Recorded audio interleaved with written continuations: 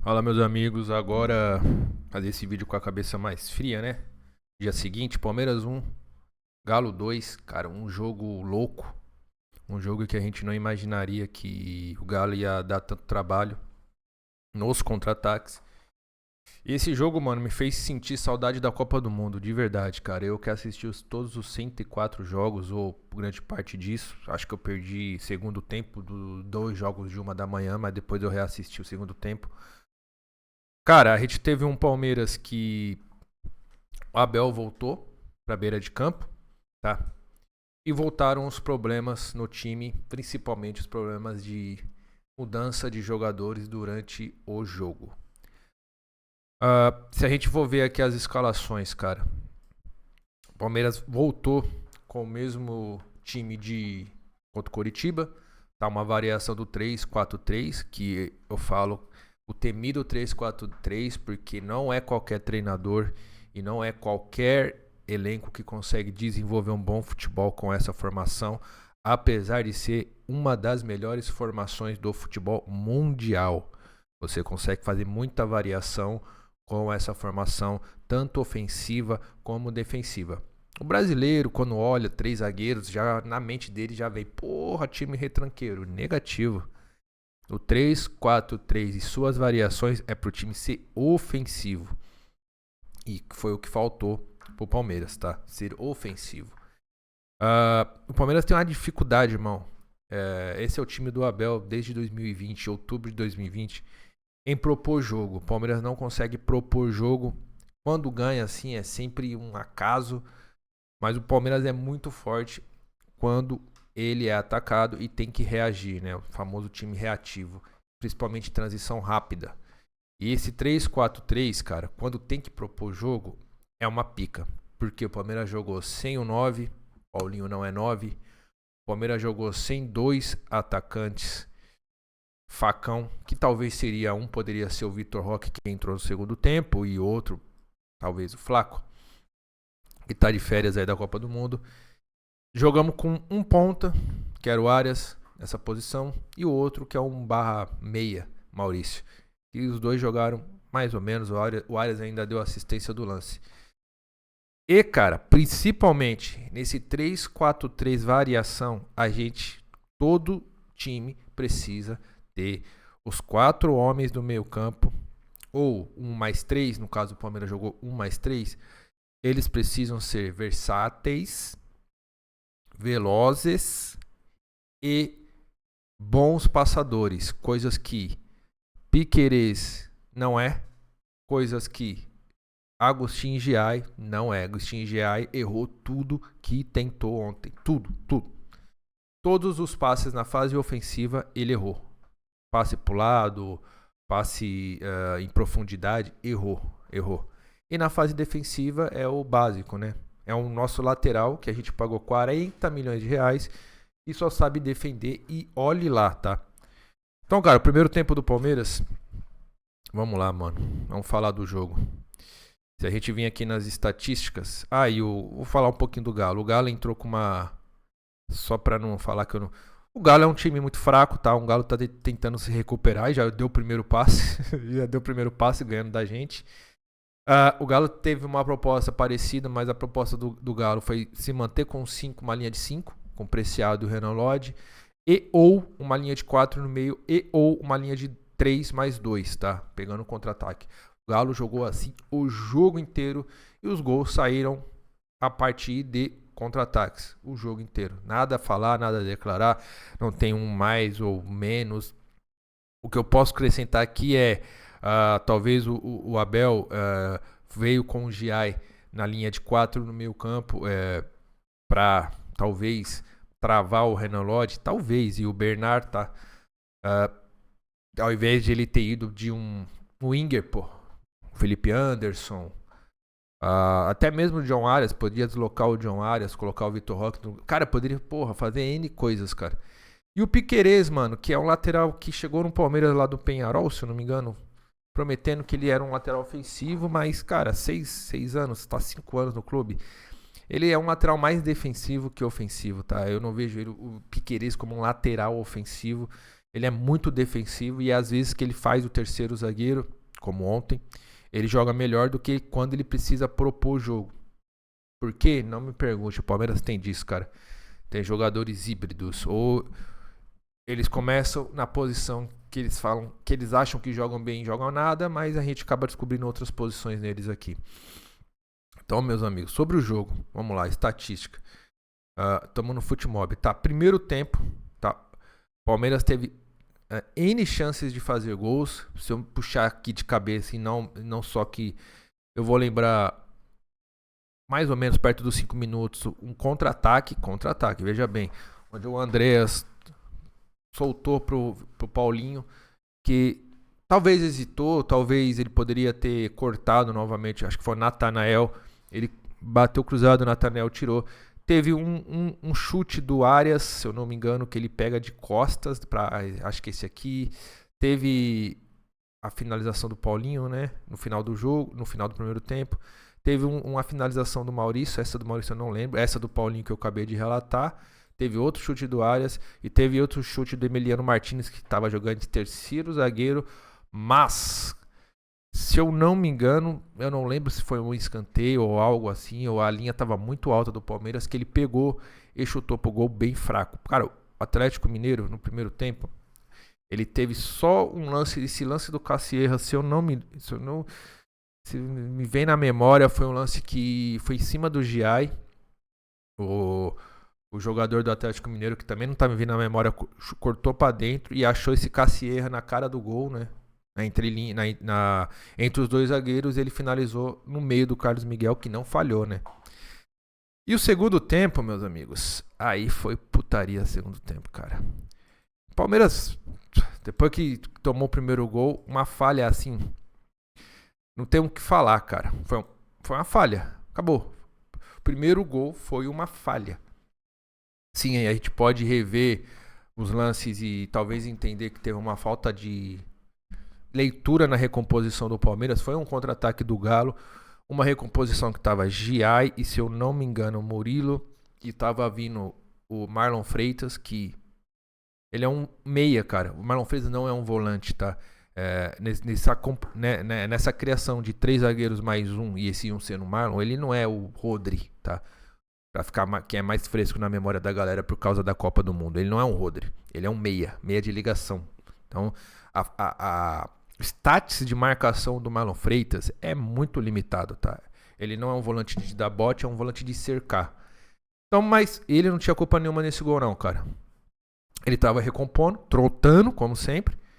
E os dois jogadores, se eu não me engano, o Renan Lodge e o jogador do Galo que chutou pro gol, que eu também não vou lembrar, cara, o Galo tá com muito jogador desconhecido. Renan Lodge esticou, o Giai travou o fundo e ficou parado, não encurtou mais do que isso. Renan Lodge tocou para esse atacante do Galo vindo na intermediária. O Murilo também não encurtou. Cara, me lembrou muito o gol do Haaland contra o Brasil. O Danilo também não encurtou, deixou o jogador finalizar, /cruzar. E o Carlos Miguel falhou, cara, porque ali eu não entendi. Eu não vi também nenhuma entrevista, nada dele falando. Mas, assim, como a gente já jogou bola na vida, o que eu devo imaginar ali? Ele talvez queria... Não calculou a força da bola, pode acontecer. Ele tentou encaixar, só que ele passou da bola, a bola passou da mão dele, quicou. E o atacante do Galo, que acho que é o Hugo, talvez. Esse aqui dá pra ver aqui. Hugo. Depois o outro gol foi do Igor Gomes. O Hugo veio e, porra, como um bom atacante, aproveitou e fez o gol. Falha, o Carlos Miguel já, na hora, ele já reconheceu, já pediu desculpa, coisa que a gente não via nem no Everton quando erra. O Everton nunca errava, né, segundo a cabeça dele. E o jogo mudou, cara. O jogo mudou de cara. O Abel, ele substituiu o time. Ele tirou o Giai, que já era pra ter saído no primeiro tempo, tá? O Giai errou tudo que ele tentou na fase ofensiva. E colocou Felipe Anderson e Vitor Roque no lugar de quem, cara? Deixa eu lembrar aqui. Acho que foi no Emiliano Martins, isso. E saiu o Giai. Então o que ele pensou aqui na minha cabeça? Como agora nós vamos precisar ganhar, vou manter a linha de 3. Essa linha de 3 vai sair o Martins, o Emiliano Martins vai ser o Piquerez. O Felipe Anderson vai fazer a ala, ou o quarto homem da variação 3-4-3, e vai fazer fundo, como na direita, como o Felipe Anderson sempre jogou assim na Lazio, ganhou prêmio, já foi eleito o melhor jogador da Itália naquela temporada, dos meias, atacantes. Só pesquisarem aí, galera. O Lazio ficou em vice nesse italiano. Então, cara, o Felipe Anderson ele foi acionado para esticar mais a defesa do Galo. Então, cara, se a gente vier aqui ó, no Tactical Board, a gente tinha uma composição parecido com isso aqui, tá? 3+1, Murilo, Gomes e Martinez, tá? O Marlon pegava a bola para fazer a construção. O que me incomodava muito, o Giai nessa fase aqui e Piquerez nessa fase. O que acontecia, cara? Quando o Marlon não conseguia achar um passe na entrelinhas aqui, meus amigos, setor 14, alguns dos jogadores vinham buscar, ou era o Arias, ou era o Paulinho, ou era o Maurício, ou era o Andreas, tá? O Andreas estava jogando quase pisando na área. Então, cara, a dinâmica, ou né, o Piquerez. Então a dinâmica era basicamente essa. O Galo não mudava suas primeira linha de 5, linha de 4. O problema, cara, é que o Giai aqui nessa condição, como aconteceu muito no primeiro tempo e parte do segundo, ele chegou a dominar muitas bolas aqui numa situação que estava Bernard e Renan Lodge e o Murilo aqui no apoio. E, cara, ele não conseguia assim, desenvolver passes fáceis, curtos. Ele errava a força da bola e ele errava a projeção, por exemplo. Teve lances que ele tentou achar o espaço com o Maurício e assim, bateu muito mais forte que deveria. Então, cara, muita gente, puta, o Giai tem muito fã-clube no Palmeiras, é molecada, por causa de TikTok, o caralho. Mas, cara, o Giai não é um lateral direito, cara. Alguém tem que chegar nele e falar, pô, irmão, você é zagueiro. Você tem status de zagueiro. Você não consegue apoiar, você não é um lateral direito. Então, aqui, o Abel tirou e colocou o Felipe Anderson. Eu acho que ele é o 7, tá? Cara, faz tanto. Copa do Mundo resetou minha mente para o futebol brasileiro. Felipe Anderson. Que sim é mais rápido, que sim tem mais habilidade. Então, o Felipe Anderson, ele esticou muito mais, tá? Aqui o Piquerez fez a linha de 3. Entrou o Vitor Roque. O Vitor Roque entrou para compor o ataque pelo lado esquerdo. O Arias desceu mais uma linha, tá? O Arias desceu mais uma linha. O Andrés continuou fazendo a puxada dele para pegar a bola, para dar seguimento no lance. E a partir do momento que nada estava acontecendo no Palmeiras, saiu o Paulinho, ou entrou o Heitor, se não me engano, um moleque da base, que também... 39. Cara, eu não entendi o porquê do Heitor, então o Heitor jogou mais pra cima, o Maurício saía mais, tá? E pra quê? Vamos lá. Tática. Na construção, o que o Galo começou a fazer? O Galo começou a fazer o que muitos times faziam contra a Argentina, que é espremer a entrelinhas. Então descia todo mundo. Tá? Nesse dito momento do segundo tempo, alguns desses jogadores do Galo saíram, tá? Eu não vou colocar porque não faz muito sentido agora. Ó. Então, espremia as linhas, tá? E deixava todo o corredor. Porque, cara, pra eles fazia sentido, né? 2-1. Então, eles espremiam a linha. Vou deixar bem certinho pra ser entendível. Que dava pro Felipe Anderson percorrer no cruzamento e dava pro Arias. E o que deveria ser feito, na minha opinião, tá? Continuaria esticando a linha com os dois, né? Você geraria uma dúvida nas duas linhas de defesa do Galo. E trazia né, o Andreas para fazer o que muito Messi fez na Copa. Só que, detalhe, o Heitor, pelo que eu vi, ele não é tão grande para ser um centroavante. O Vitor Roque não é grande para ser centroavante. O Maurício também não. Entrou o Evangelista, o Arthur. Cara, o Abel mexeu muito mal. Então o que o Abel acabou fazendo? O Abel acabou descendo o Gomes. Tá? Aí, em certo momento, jogava o Gomes, Maurício, Roque. Piquerez, Marlon e Murilo faziam a linha de 3, só contra o atacante do Galo. Depois entrou Cissé, se eu não me engano. Cissé, isso. E o Igor Gomes. E, cara, o Palmeiras poderia ter feito isso, tá? Entrar tocando tava impossível. E uma coisa que faltou, que para mim foi arremate de fora da área. A gente teve alguns arremates na entrelinhas aqui, inclusive do Arias, e inclusive do Vitor Roque no segundo tempo, mas, cara, não foi produtivo. Então, gol, como que foi o gol? Os Palmeiras, Arias, nesse posicionamento esticando linha, ele acabou atraindo 2 zagueiros, né? Mexeu com o balanço da defesa. Tá? O Felipe Anderson pisou na área, a bola passou por todo mundo. Felipe Anderson cortou, se eu não me engano, não sei se foi o Ronald Lodge ou ele já tinha saído. Chutou, bateu no zagueiro e entrou. E assim, cara, o Palmeiras poderia ter continuado até o gol da virada, mas o que acontece? É Palmeiras, né, cara? O que acontece? Se eu não me engano, já tinha saído o Arthur, o Evangelista entrou no lugar do Pereira, não, do Maurício, cara. Ele colocou o Evangelista no lugar do Maurício, o Piquerez saiu no lugar do Arthur, que o Arthur é um lateral mais ofensivo, então a gente viu o Arthur aqui. O Evangelista entrou no lugar do Maurício, porque talvez pela altura dele. Cara, e teve o Evangelista perdeu um gol também numa rebatida que sim, eu vi o replay, ele tava de frente, ele poderia ter finalizado melhor e ele chutou na bunda do zagueiro do Galo que tinha cortado a bola junto com o Everson e tava no chão. Cara, o jogo foi terrível, mano.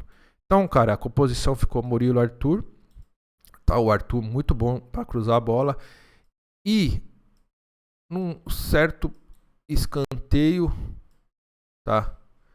Eu não me recordo quem que tava na sobra. Eu sei que o Felipe Anderson ficou na sobra do contra-ataque. Ele não conseguiu cortar, tá? Aqui ele mais ajeitou pro atacante do Galo do que cortar. E veio eu não sei se foi o Michael que saiu, mas o Igor Gomes. Igor Gomes, né? O Igor Gomes. A defesa do Palmeiras toda voltou. O Gomes estava dentro do gol. Eu não vou lembrar qual que é o outro que voltou. Talvez o Murilo tinha conseguido voltar. Mas o que aconteceu aqui, cara? Antes dos dois conseguirem voltar.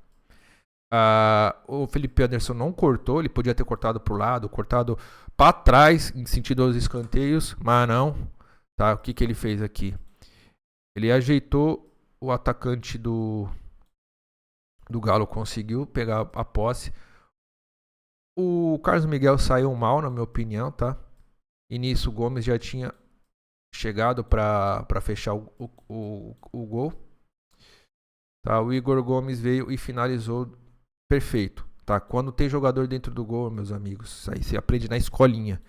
Jogador de linha, você tem que finalizar no alto, porque ele não vai conseguir pôr a mão na bola, é pênalti, tá? E pra ele pôr a cabeça, cara, ele tem que ser muito bom, tá? Porra, o cara deu muita sorte e tirou de cabeça, que é muito provável, o gol é gigante.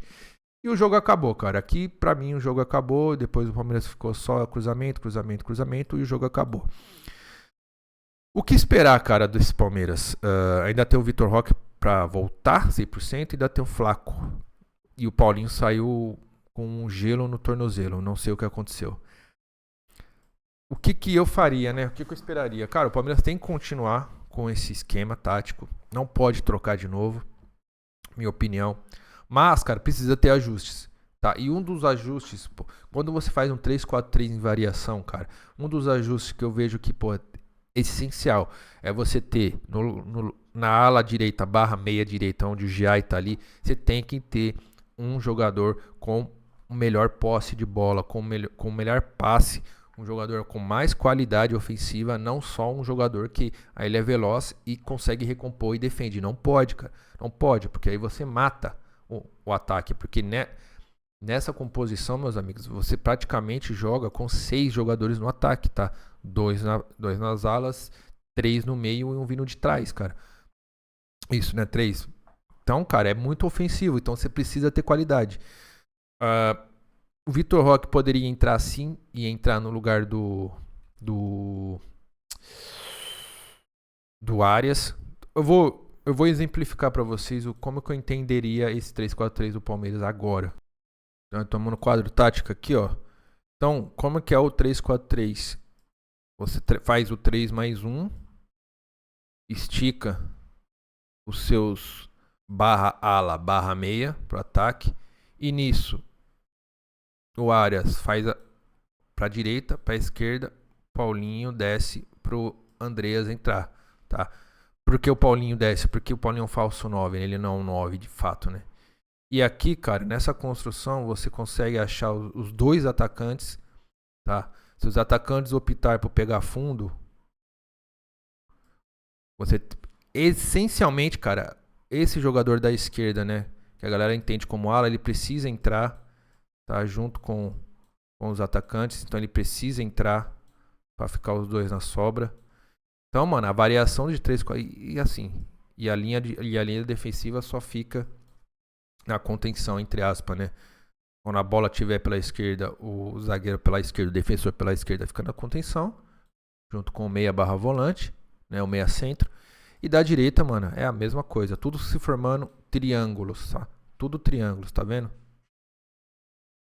Então, você vê, sempre tem que se formar triângulos. Ó, sempre triângulos, tá? Esse é o básico, cara, do entendimento tático do mundo. Então, cara, o que o Palmeiras poderia fazer aqui nos próximos jogos? O Palmeiras poderia inverter, jogar o Arias na direita, como ele sempre jogou muito no Fluminense. Pode continuar com o Piquerez, tá? Ou o Arthur. E aqui, mano, a gente tem que fazer algo parecido com... Isso pode acontecer, tá? Maurício, que ele é um meio atacante junto com o Andreas, isso pode acontecer, tá? No 3+1. E aqui tem que essencialmente ser Flaco. Eu acho que não vai aparecer ele aqui. Flaco Lopes. Firmino. Cara, o Flaco Lopes não aparece aqui, cara. Jesus Lopes. Será que é ele? Vocês botam fé que eu não consigo achar o Flaco Lopes aqui? Ah, não apareceu. Flaco Lopes. José Manuel, acho que é esse o nome. Aqui, ó. Flaco Lopes e Vitor Roque. Então, esse é o time ideal, meu time ideal do 3-4-3. Com a bola, 3+1, pra mim, tudo bem. Os meias esticam, tá? Pode acontecer essa dinâmica, tá? Ou pode acontecer essa dinâmica, que o Flaco Lopes sabe jogar fora da área. E o Vitor Roque pode, né, transicionar como talvez os atacantes do Xabi Alonso no Leverkusen 3-4-3. Então pode acontecer também o Maurício jogar pela esquerda e o Andreas pelo meio. Pode ter essa variação no ataque, né? Mas essencialmente, cara, a composição precisa ser assim, tá? Precisa ser assim, 3+1, tá? Com um triângulo, com um tripé aqui no meio campo e com os atacantes dando profundidade pros meias entrarem, tá? Isso aí precisa acontecer. Tá? E se os meias buscarem fundo, como eu expliquei, né? Se os meias buscarem fundo, então os meias centro tem que dar apoio, tá? Dando apoio, triângulos, certo? Triângulos. Então você vem algo mais ou menos assim, ó. As linhas tem que subir, né, cara? Você vê, ó, triângulo e assim vai. Bom, aqui pode acontecer também uma variação interessante. Uma variação muito interessante, que aqui você tiraria o Piquerez, jogaria o Arias para a esquerda, e aqui você poderia colocar o Alan. Porra, Marcelo, mas esse time tá muito ofensivo? Não. Ele é um time muito equilibrado, tá? O Alan também faz a ponta, assim como o Arias pela esquerda. E, cara, na fase defensiva, né, que é o medo de todo mundo que vê esse tipo de esquema, Você desce 3, normal, linha de 5, tá? Linha de 5, pode ser uma linha fundada ou uma linha normal, linha de 5. 5, 3, 2, tá? Linha de 5, 3 mais 2. Os bonecos estão maiores que a dimensão do campo, né? Tá? Se o time adversário tem pontas, você faz uma linha 5, 3, 2 ou você faz uma linha de 4, né? Uma linha com 4, 4, 1. E deixa o atacante com mais velocidade para a saída. Então é um time também que é muito equilibrado defensivamente. Então é entre linhas protegido e os setores, que é um dos setores mais que saem jogadas no futebol mundial, protegido com 3, protegido com 3, tá? E é isso. Então, vamos aí aguardar aí como que será o Palmeiras. Vai ser contra o Vitória no Barradão. Eu acredito que o futebol, esse futebol com essa variação de 3-4-3, 3-4-2-1, 3-1-2, 3-4-1-2 pode funcionar contra o Vitória se o Abel manter, mas cara, o Giai não pode ser esse jogador da direita do meio, da linha de 4 do meio, não pode ser, cara, ele não pode ser. Talvez volte o Kelvin, talvez ele use o Felipe Anderson. Cara, não sei, tem que ser um jogador com mais mobilidade, mais armação, mais ofensividade e que saiba tocar bola e triangular, né? Então é isso, forte abraço pra vocês. Até o próximo jogo. E é isso, né? O Flamengo diminuiu um ponto na liderança e eles têm um jogo a menos. Então o campeonato vai ser disputado até o final. Quem pensava que queria ser Palmeiras ia disparar, parece que o time mesmo não deixa isso acontecer. Até a próxima, tamo junto.